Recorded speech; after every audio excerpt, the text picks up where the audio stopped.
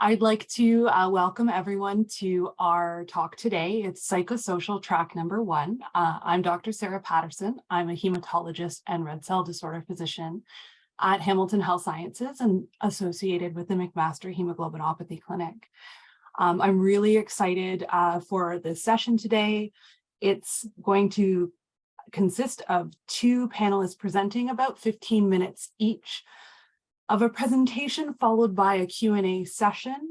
There will be a poll with the opportunity to give feedback on this session, launched about 5 minutes before the end of the session, which concludes at noon.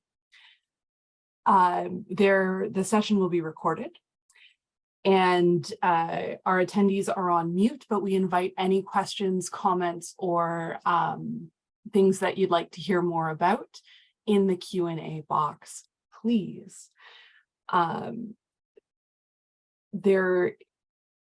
Ideally, please don't interrupt our panelists while they're speaking, but please, questions are welcome in the Q&A box at any time.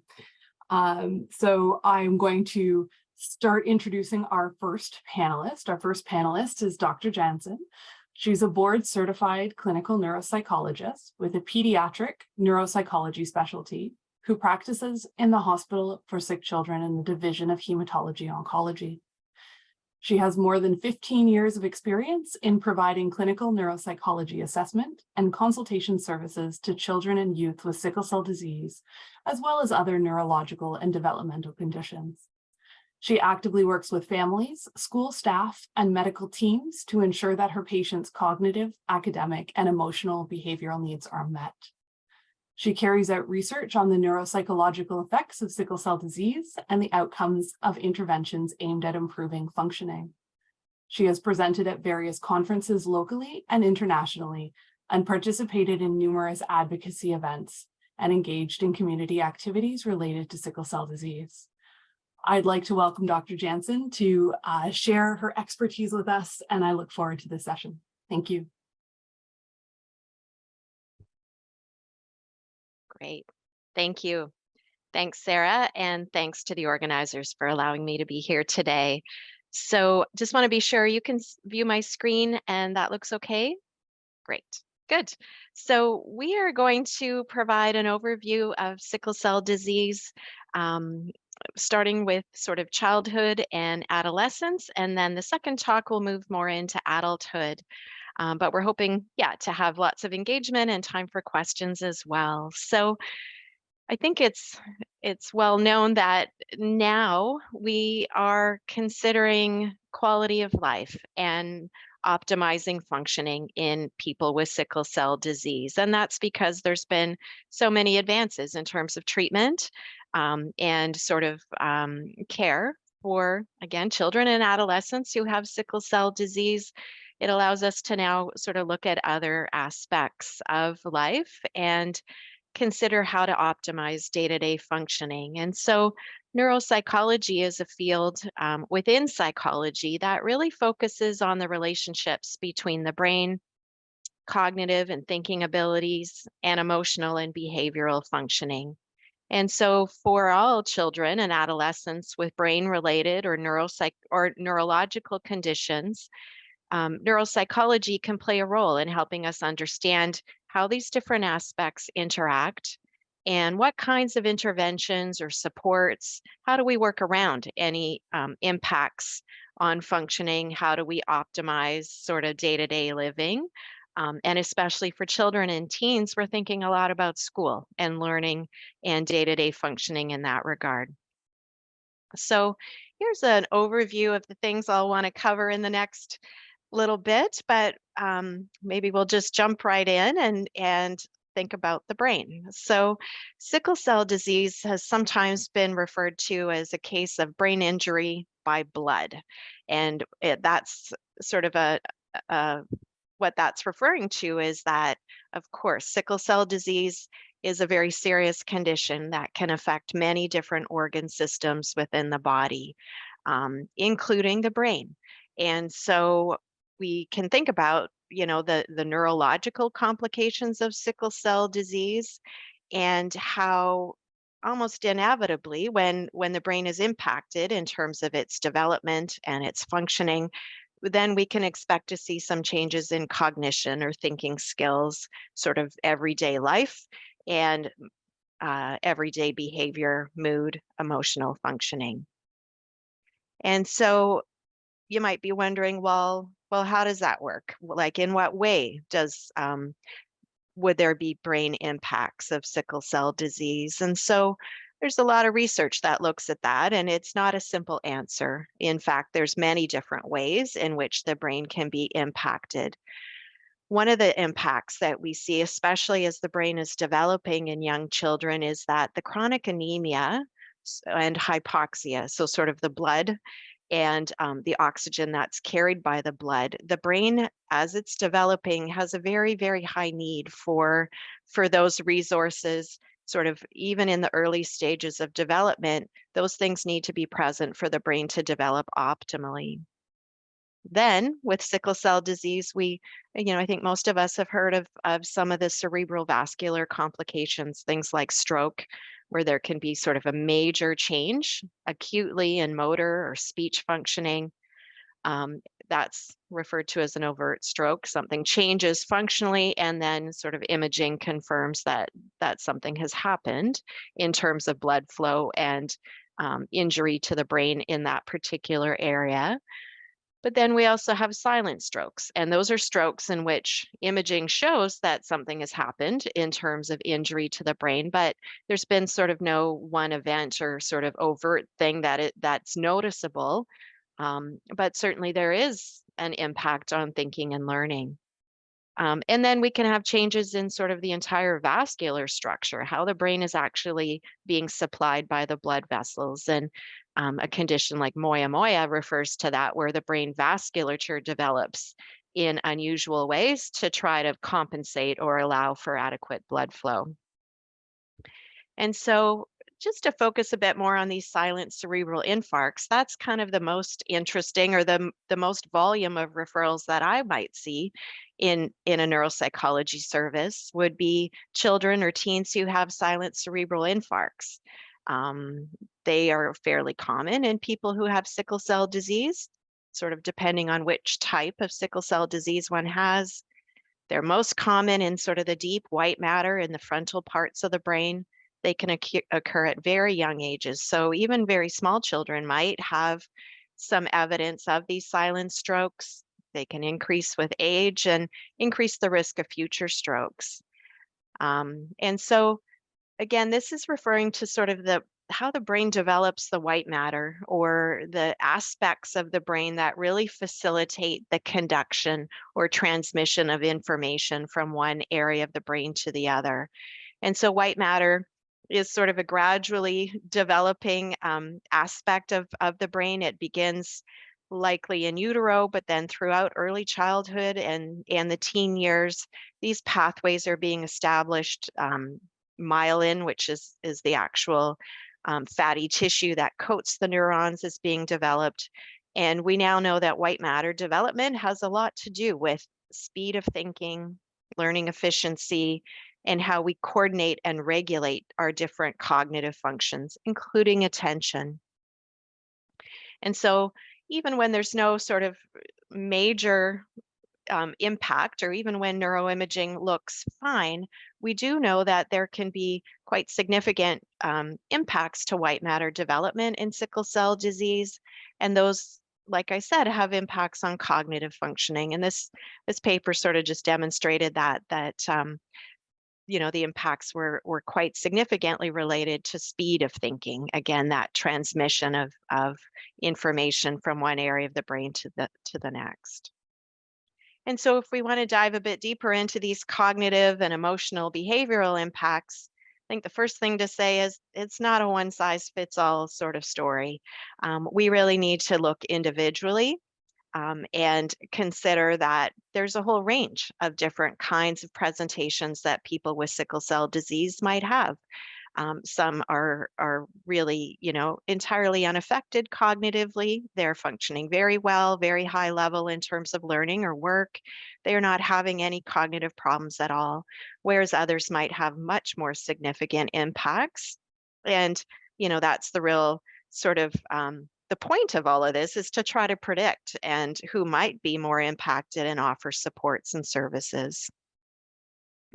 So these are some of the different areas of cognition that we might consider. As a neuropsychologist, we're looking at aspects of intelligence, sort of language, verbal skills, visual, spatial, fine motor.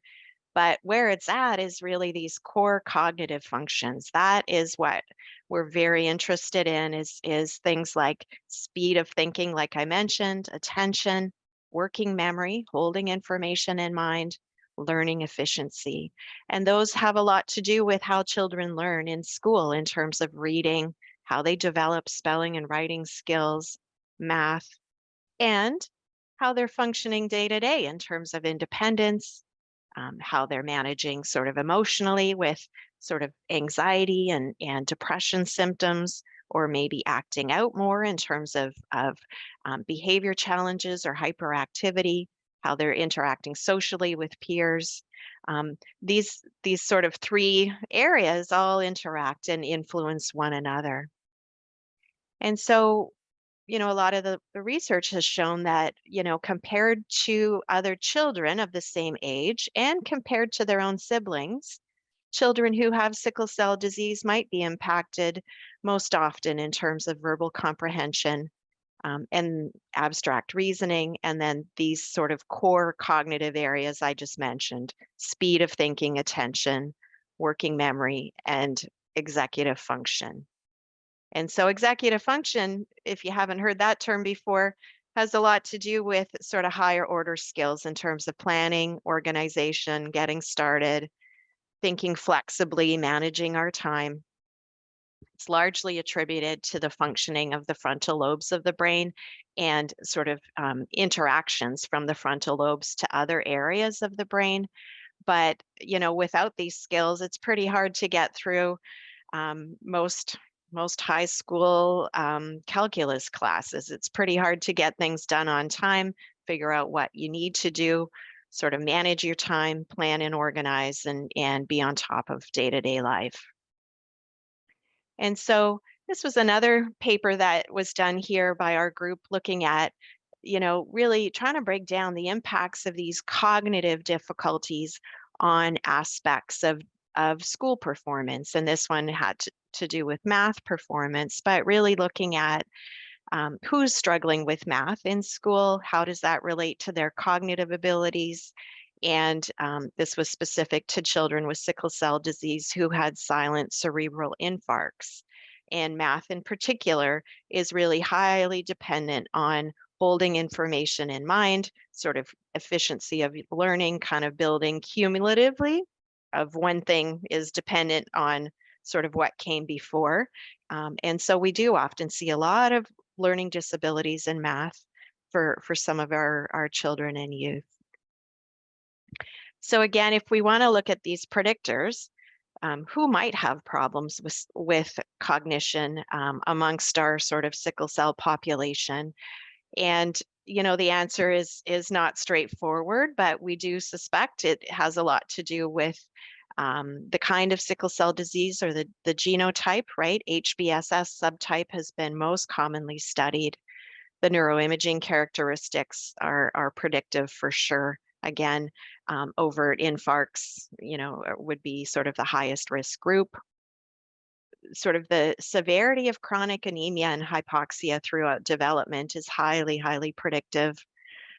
Pulmonary function, looking at things like obstructive sleep apnea is very important to look at quality of sleep and breathing during sleep.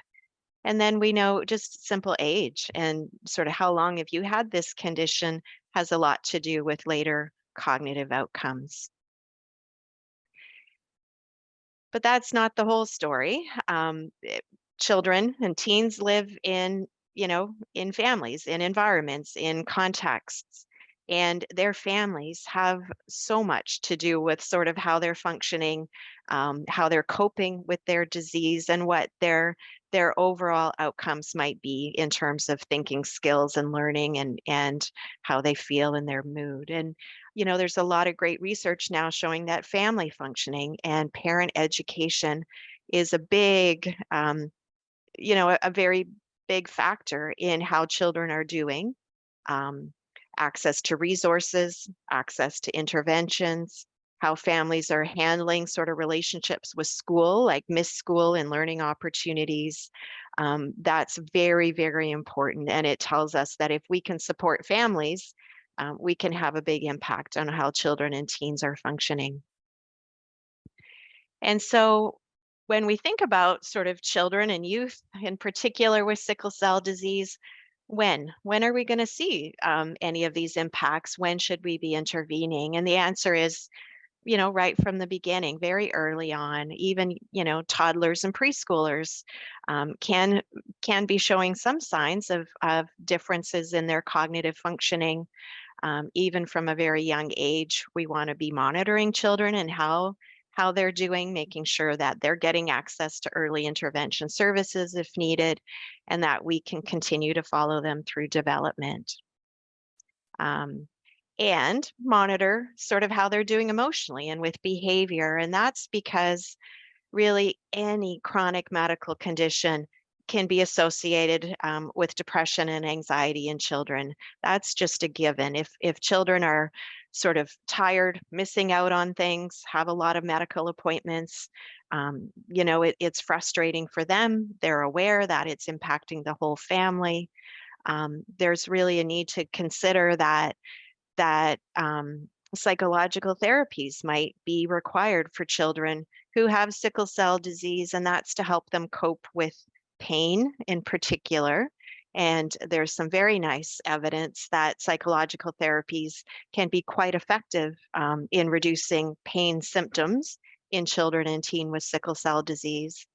But in general, it can help a lot just with coping with distress, understanding the symptoms better and what triggers the symptoms, understanding how to improve social relationships and really just pursue goals and enjoy life the way that they would want to. And so, when we come back to, well, what can you do? If you have sickle cell disease and this is part of your life, what does that mean for you in terms of what you can do to manage? And, the biggest thing I always say is brain health is sort of part of your body health. The brain is you want to have a good healthy brain that works well. It'll be about taking care of your body and following the medical advice coming from your team, thinking about barriers that get in the way of eating well, sleeping well, taking medication well, sort of being active, all of those things.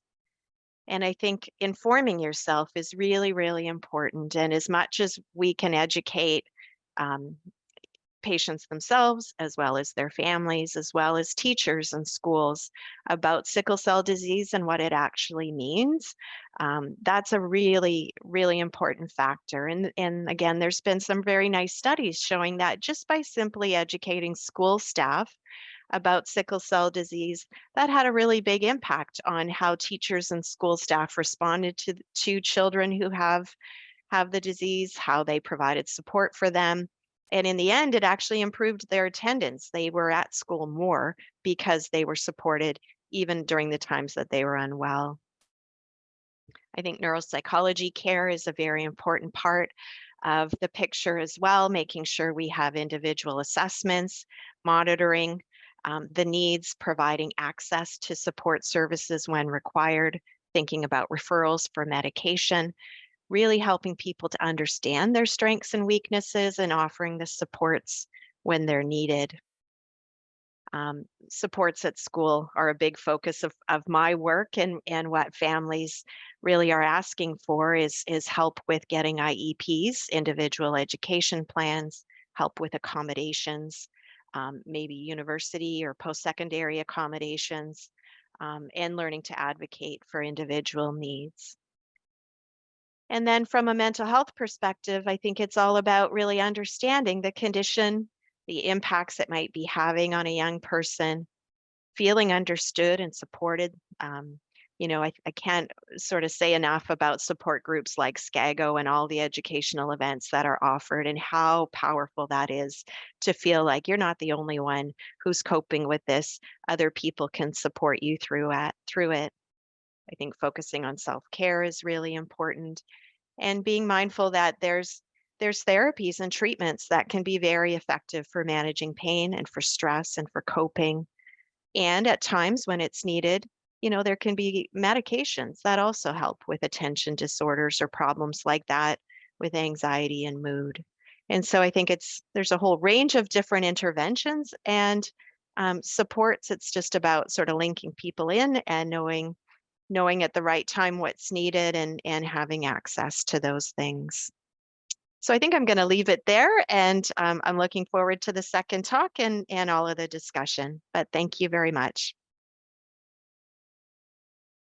Thank you, Dr. Janzen. That was a wonderful overview, and I really love your brain health is body health, and really that focus on whole person care, and that we need to focus on, yes, there are medical issues, but that the person, all of the person, how their mind is doing, how their brain is working, how their body is doing all together is so important. And I love that that was highlighted.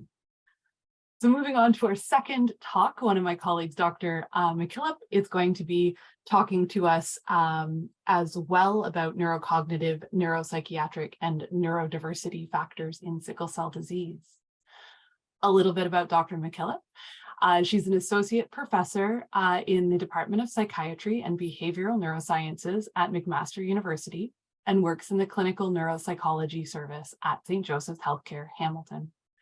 She completed a master's degree and Ph.D. degree in clinical psychology at SUNY, Binghamton, messing things up already, a clinical internship in clinical and neuropsychology at the Medical University of South Carolina, and a specialty residency in neuropsychology at the Beth Israel Deaconess Medical Center through Harvard Medical School.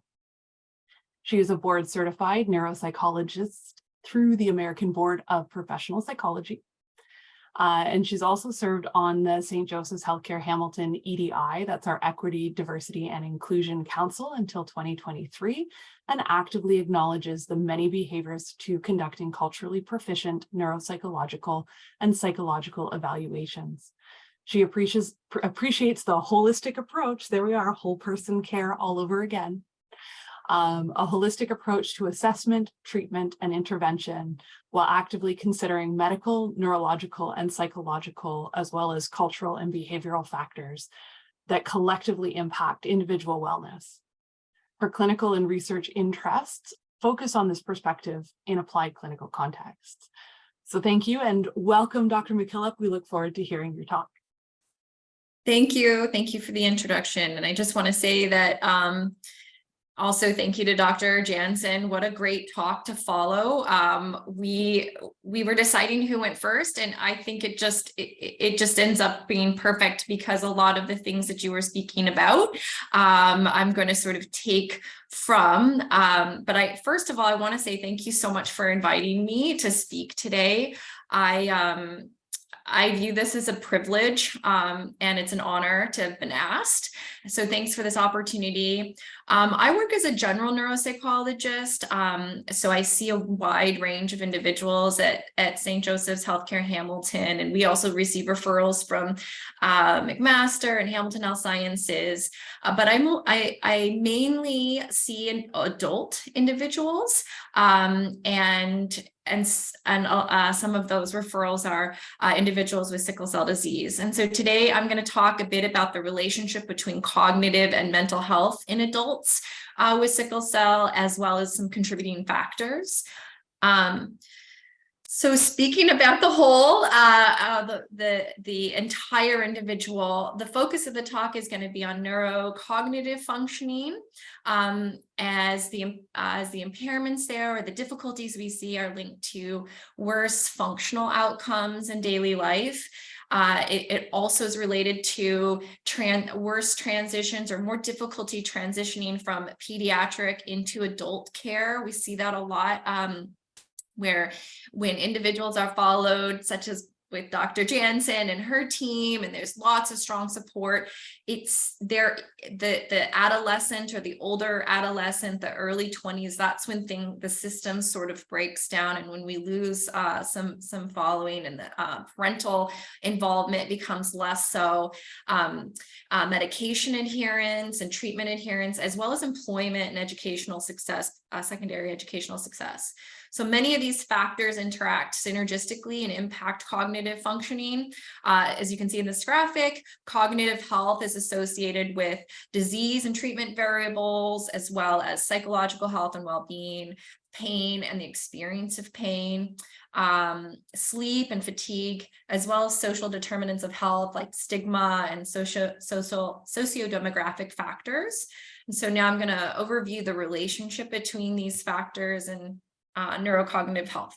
So I won't go into this in detail because Dr. Janzen did an excellent job of describing neuropsychology and its functioning in sickle cell disease, but studies have shown that these difficulties, not only do they impact educational achievement, but then there's ripple effects then, so post-secondary education as well as employment opportunities. And studies have looked at that these deficits really stem, or a lot of them stem from underlying processing speed impairments, and they can be additive over a lifespan. So we see that they do start early, but then they can be progressive, and they usually mimic disease course and severity. One of the aspects of the disease variables and treatment factors is what Dr. Janzen also mentioned, is the type. So sickle cell disease carries a high burden of neurological and medical complications that all impact cognition. Type is related to such complications. So the more severe types tend to impact cognition more, although we see difficulties, as Dr. Janzen also said, we see difficulties across all types. But we also see that the more severe types tend to have more difficulties with processing speed and some of those executive functioning. And differences between the groups of moderate and severe types also emerged relative to history of stroke. And so we know type is also associated with stroke risk. And so it's all sort of interrelated. Anemia, severity of anemia also affects neurocognitive functioning. So higher levels of hemoglobin is associated with better cognitive functioning. So when looking at fetal hemoglobin, for example, those with higher concentrations also tended to perform better on cognitive intellectual tasks. It's just another way to look at how the disease is impacting intellectual and cognitive functioning in adults. But also it can be a modifier of pain and the experience of pain. There's some really interesting research out in terms of how pain is experienced in individuals with differing levels of fetal hemoglobin.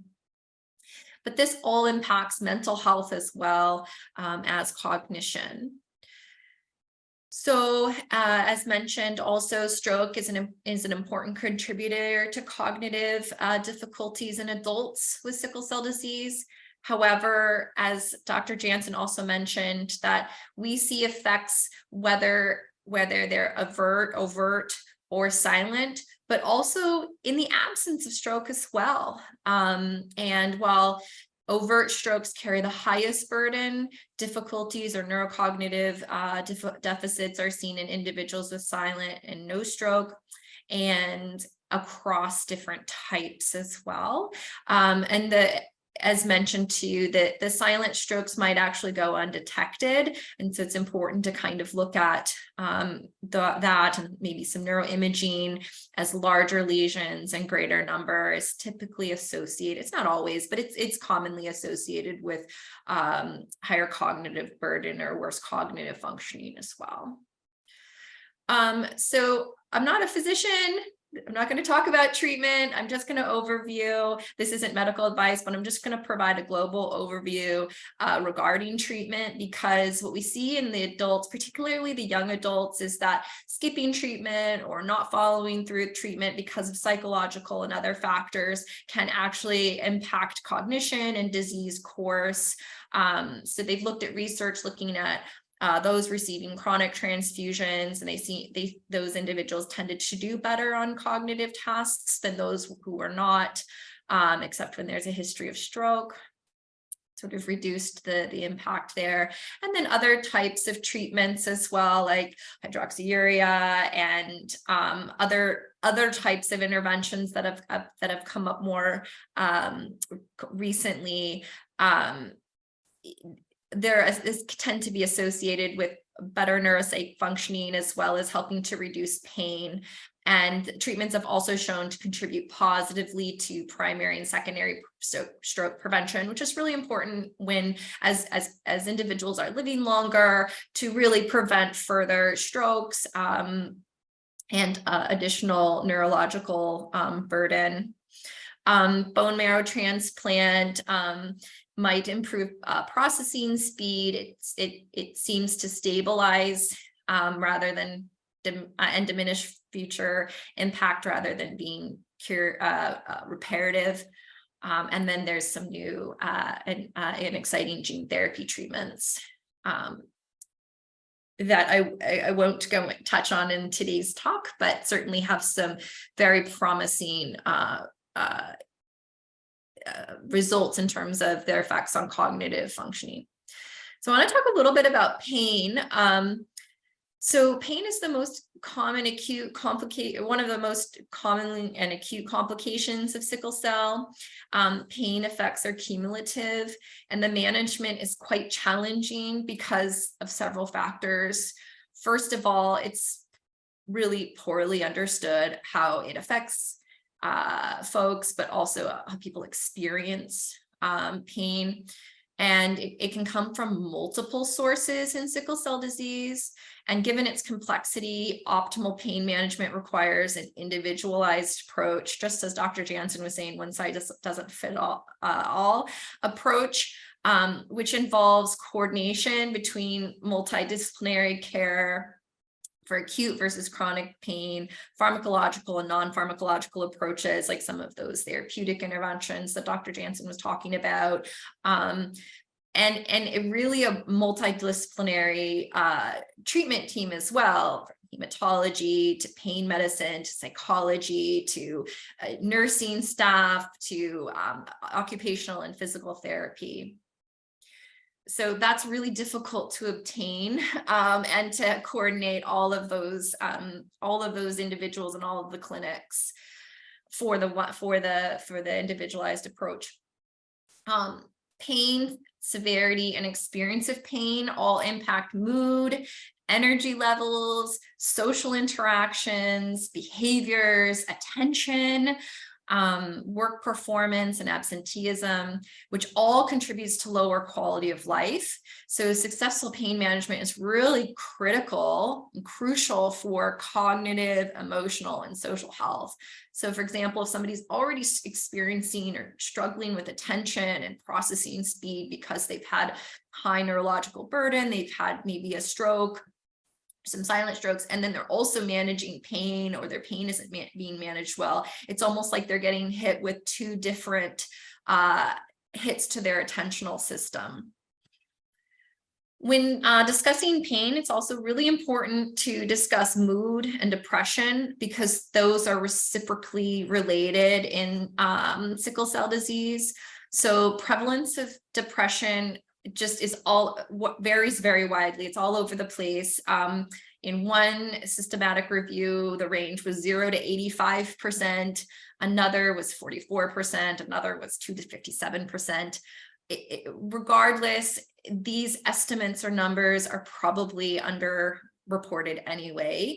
And it just demonstrates the fact that depression and mood symptoms are common in adults with sickle cell disease, and it's often related to other factors. So depression is related to pain and contributes to social isolation, feelings of helplessness, and other mental health symptoms that often go unrecognized and untreated.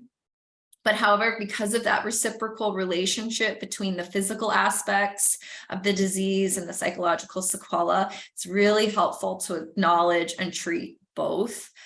And in addition, to add on top of that, higher rates, depression rates are higher in individuals with more frequent and severe acute pain events, but also disease severity. So this affects the hospitalization rates. It's related to healthcare utilization and sometimes even poorer outcomes, because if someone is very ill and they also have mood difficulties, they're experiencing a lot of pain, they might not be as adherent, or they might miss an appointment, things like that. Individuals in some studies have estimated that folks with depression are 2 to 8 times higher risk of being healthcare utilizers or higher healthcare utilizers. So I think that the relationship is reciprocal there as well. And the prevalence, and so screening for pain, quality of life, depression, it's really important, because all of them might impact the disease outcomes and functional outcomes for a particular individual. But also screening for depression might be really good to a marker of disease severity, or maybe some variables that that the individual is experiencing. Okay, in addition to pain, sleep is also critical, as Dr. Janzen also mentioned. It's commonly seen, sleep disturbances are commonly seen in children and adults with sickle cell disease. Sleep disturbance might be related to pain and depression, as well as opioid use. So as individuals are living longer, there's some really interesting research that suggests that chronic opioid use in individuals might be actually a risk factor for sleep apnea. So that more research is needed in this area, but screening for daytime sleepiness might be helpful in a clinical setting to identify individuals who might be impacted by sleep disturbances, and then understanding a little bit more about what is contributing to those difficulties. Because so as anybody knows, when you're not sleeping well, you're not at your best cognitively either. You're managing difficulties with attention and working memory and processing speed. So it can all be quite additive. So in the last few minutes here, I'm going to talk a little bit about social determinants of health. As cognitive delays can start early, it's important to intervene early, but also not only in treatment, but also in other areas that drive general health, as some of these factors can be stronger drivers of neurocognitive functioning than the disease itself, as Dr. Janzen also mentioned. I can't not talk about stigma, health disparities, and racism. They're things that I witness weigh on me as a healthcare provider. I do recognize my privilege as a white woman. I try to do my best to acknowledge and do better when I kind of fall short in this area. But in the next few slides, I'm going to talk briefly about a meta-analysis of 27 peer-reviewed studies looking at stigma associated with sickle cell disease in adults and adolescents. And one of the things that I should say is that it's a driving factor of not only treatment, but also response to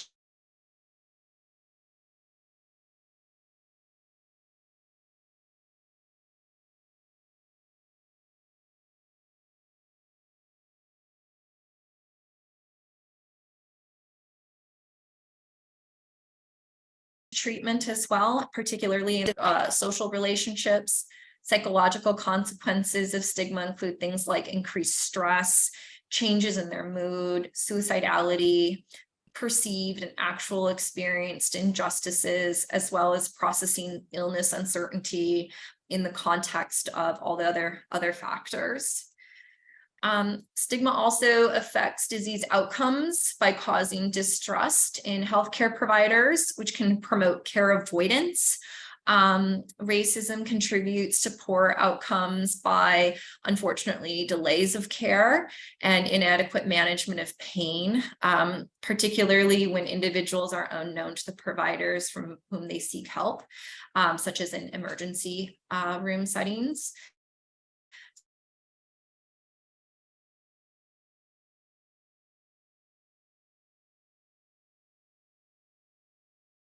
So, and management awareness of sickle cell. I'm being told my internet is unstable. Is it okay? Okay. Finally, racism and stigma has broad-reaching effects across friends, family, healthcare providers, and institutions, and is commonly related to disease status and severity. So a few ways to measure this, just like you might screen for depression, pain, it's also might be beneficial to screen for healthcare related stigma, as the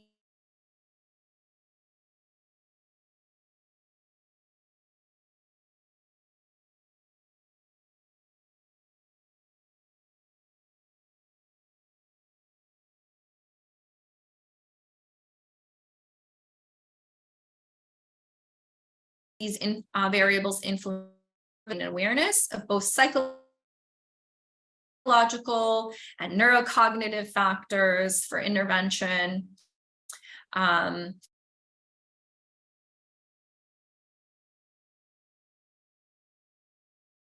Also increase patient empowerment, care, as well as disability systems to help meet individual treatment needs. Finally, screening for pain, depression, daytime sleepiness, and the impact of stigma are all useful ways to intervene that might not otherwise be discussed or addressed in a typical medical appointment. But these factors greatly impact quality of life and overall health for the individual. So with that, I'll conclude my portion of the talk. Thank you for your time. Thank you so much. That was wonderful. I really like the emphasis on how pain can really interfere with cognition, which is something that anyone who's ever had pain knows.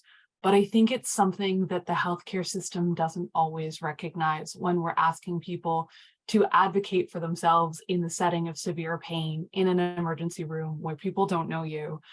And I think that is a big challenge. And there's some sessions later on in the agenda about, how we can improve advocacy, how we can help improve these kind of outcomes, and how both hospitals are working as well as our teams to try to make things better.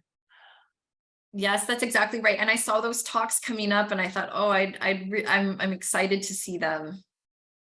We try. So this opens us up to a Q&A. So if anyone has any questions, we'd love to hear from you. There's a Q&A box. You can put things in there. Please do. I'd love to ask the first question. Neuropsych testing is quite intense. Can you give us a really quick rundown of what a testing day might look like, and sort of, a little bit of an overview on how long it takes? Do you want to go, Emily, related to adults, or are you thinking for kids? I can go very quickly. So I predominantly see individuals in inpatient or hospital settings. So we really try to tailor our assessment to meet the needs of the individual present. So yes, it can be quite intense, and sometimes it can last longer. But if we see a person is in pain, or they're or they're just not having a great day, we might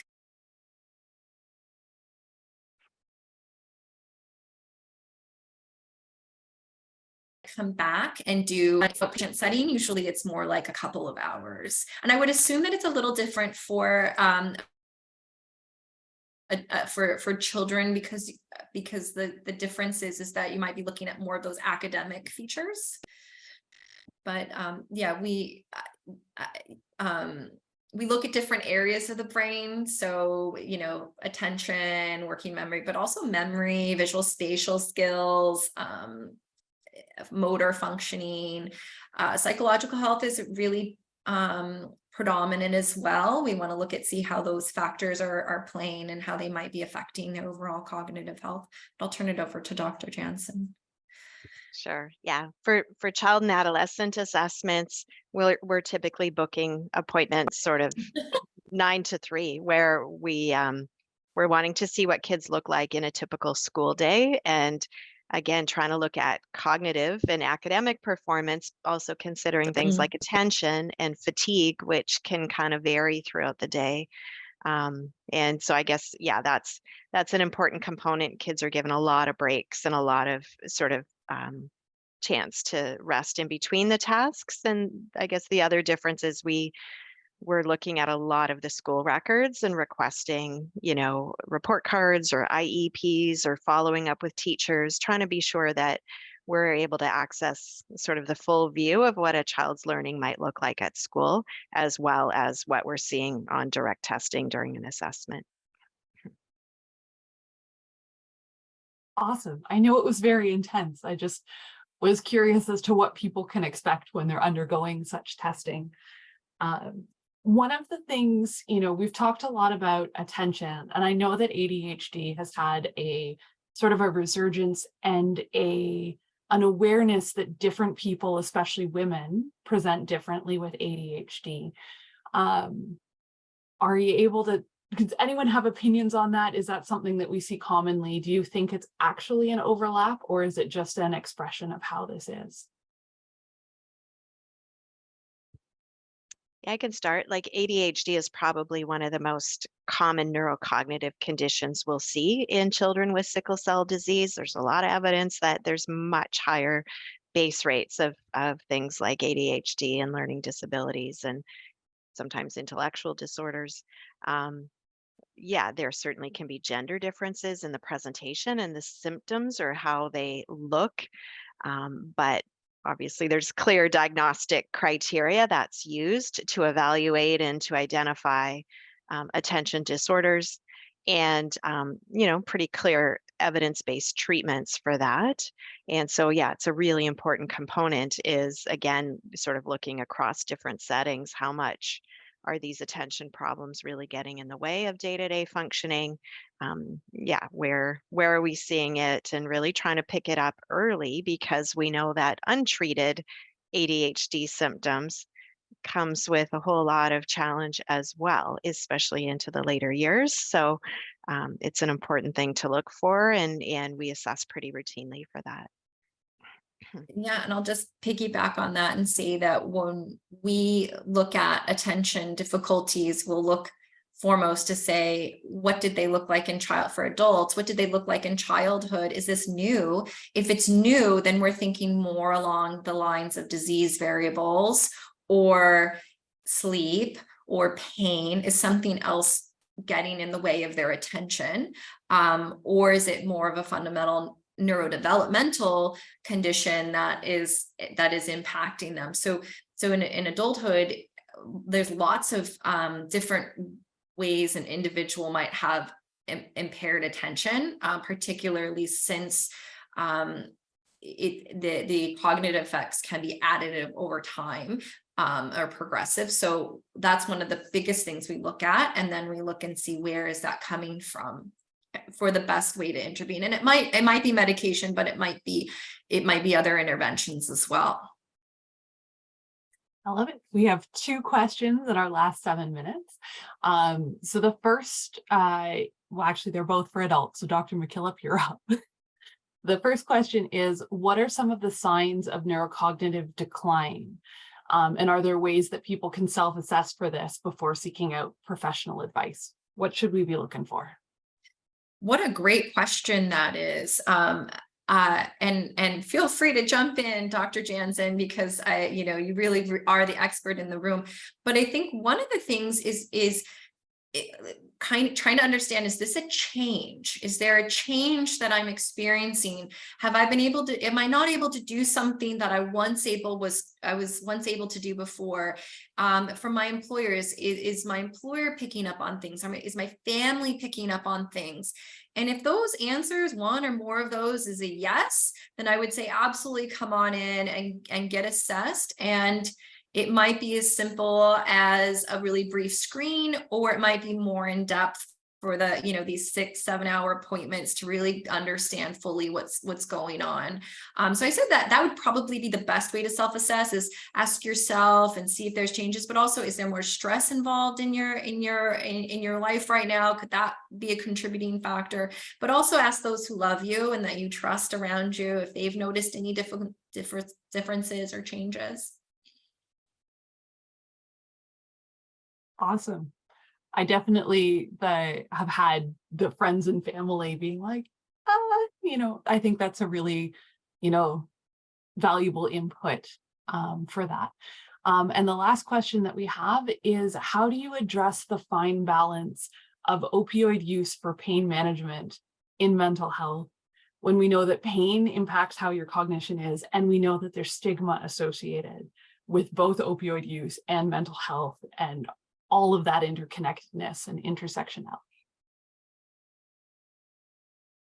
Another great question. And boy, I wish I knew a good answer to that. I think it's incredibly tough. And when I talked about witnessing and trying to understand all of the impacts, in transparency, that's one of the things I was referring to, is management of pain, especially since, and I know there's other talks going to be discussing this by far more knowledgeable individuals than myself, but making sure somebody is adequately treated and for their pain. And I think advocacy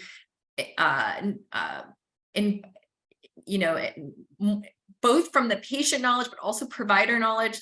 Sometimes providers aren't clear about, the evidence-based treatments for pain management in sickle cell. And I think that, always looping it back to the individuals that are following them, providers who know them well, who can maybe inform providers who don't know them as well if they're seeking treatments in emergency settings. So it's a really interesting topic right now, especially since they are trying to prescribe less opioids, but some people need more and need to have that advocacy in place. I'm not sure I did that answer. I'm not sure I answered that well, but I think it's a really, really important topic to continue to discuss.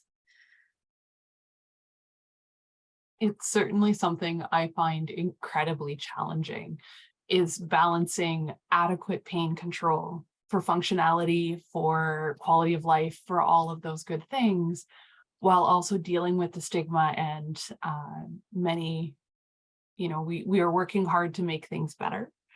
But there's definitely a gap there that needs to be discussed. So we have a couple of minutes left. Are there any final comments or anything that you'd like us to take away? This has been really fantastic. Thank you both. Any parting comments?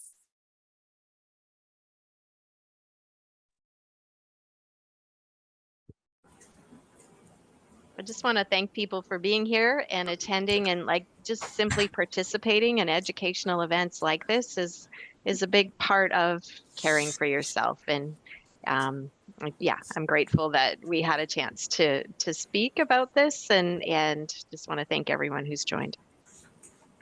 I second that. Thank you so much for coming, but also for inviting me in this opportunity for my own learning as well.